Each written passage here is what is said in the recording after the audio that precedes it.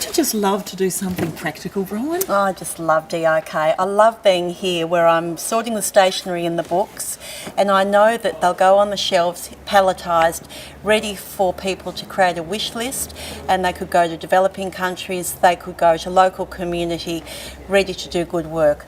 What about you, Di? I love a good recycling program, and it's so hands-on and practical. And another example that we talked about before was Second Bite. It started as a small idea, now it's a household name. Enabling food to go to people who need it most.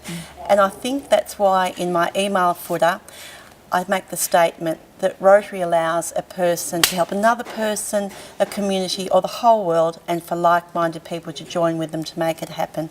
What we are able to do here, what other people are able to do in their own clubs is just awesome.